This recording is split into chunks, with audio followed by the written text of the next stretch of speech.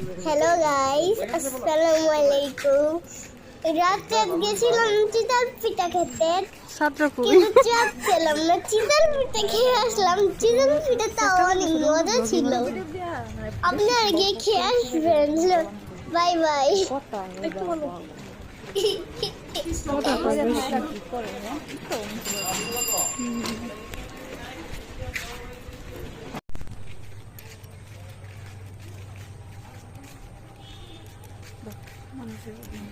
Hello guys,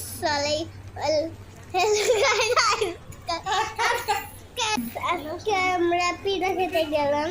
ওই যে দেখেন খালা পিঠা বানাচ্ছে। আজকে ওই খালার পিঠা খাবো, অনেক টেস্টি হয়, আপনারাও খেয়ে যায়েন। আর ওই যে পিঠা বানাচ্ছে, আপনারা দেখতে থাকুন। এই যে আমরা এখানে